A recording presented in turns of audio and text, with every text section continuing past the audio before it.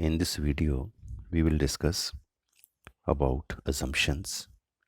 This is part 3 of the 5 videos on methodology of economics as a social science. Part 1 is related with economics as a social science. Part 2 is related with hypothesis, theory and law. Part 4 explains positive and normative economics. In part 5, deductive and inductive methods to construct economic theories are explained. Here in this video we will discuss part 3, that is assumptions.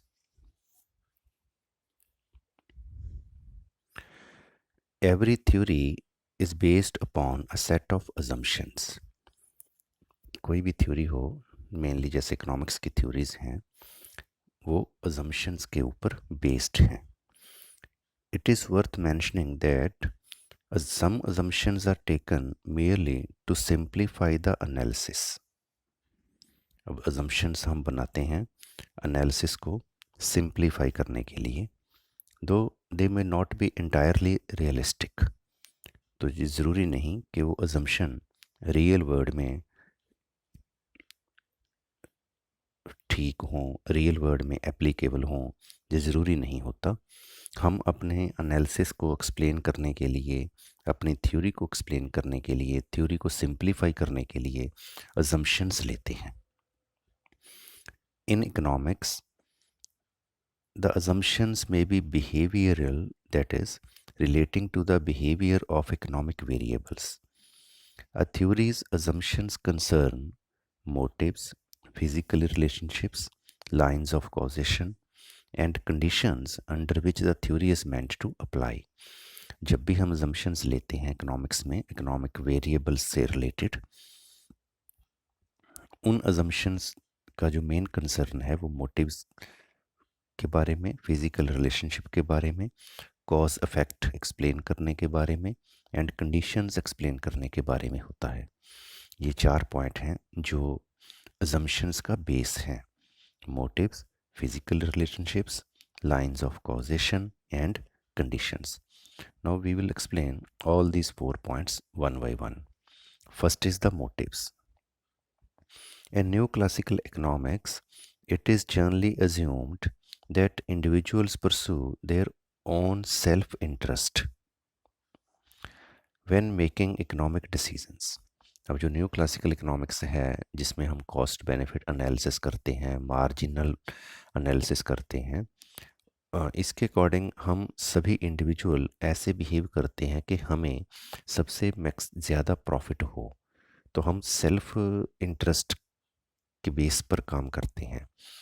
People are assumed to know what they want and to know how to go about getting it. तो ये हमारे motive हैं कि हमने अपना maximum satisfaction लेनी है, maximum profit लेना है.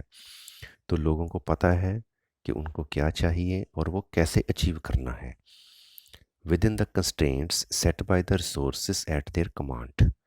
तो गिवन रिसोर्सेज के बेस पर, क्योंकि जैसे हम जानते हैं कि रिसोर्सेज लिमिटेड हैं, हर लोगों के पास रिसोर्सेज लिमिटेड हैं, तो उनके पास जो जितने अवेलेबल रिसोर्सेज हैं हर किसी के पास, on the basis of the set of given resources कोई भी इंसान मैक्सिमम कितनी चीज़ें, कौन कौन सी चीज़ें कैसे ले सकता है, people know about this.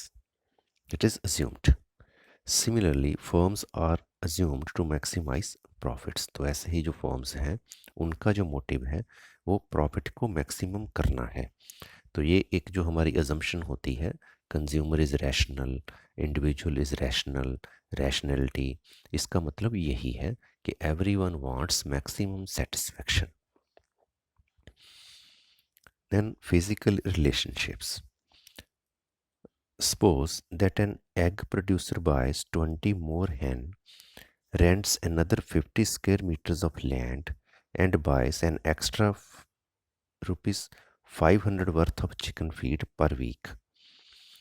And that this has enabled her to produce extra 200 eggs per week. अब इसमें क्या हुआ, सपोज कोई एग प्रोड्यूसर फार्मर है, उसने अपने प्रोडक्शन करने की कैपेसिटी को इंक्रीज़ किया। जब उसने प्रोडक्शन करने की कैपेसिटी को इंक्रीज़ किया तो उसके लिए उसको क्या करना पड़ा, उसको मान लो 20 हैंस और लेनी पड़ी, उसको 50 स्क्वायर मीटर लैंड रेंट पर और लेनी पड़ी, और उसको चिकन फीड पर वीक ₹500 का एक्स्ट्रा और लेना पड़ा। This is an example of one of the most important physical relationships that helps us analyze the supply side of market. तो ये एक सप्लाई साइड है। Supply side means this is the output input relationship. जैसे हम बोलते हैं कि output is the function of inputs, तो आउटपुट है 200x पर वीक, तो ये इनपुट्स क्या हुई, this is the function of 20 more hands, 50 square metre of extra land, ₹500 का per week feed. It shows how the amount of output is related. So output is related to the quantity of inputs used to produce it. तो ये एक physical relationship है कि output depends upon inputs. This relationship is specified in what is called a production function. इसी को हम कहते हैं production function, which sets out an equation for the relationship between input and output. तो ऐसे इसकी इक्वेशन बन जाएगी।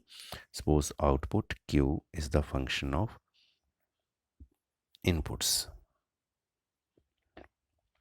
So assumptions जो हैं ये हमें ऐसे फिजिकल रिलेशनशिप ड्रॉ करने के लिए हेल्प करती हैं। Third point is the conditions of application. Assumptions are often used to specify the conditions under which a theory is meant to hold. तो assumptions जो हैं वो conditions बताती हैं कि अगर ऐसे होगा तो ऐसे होगा, मतलब एक condition है। For example, a theory that assumes there is no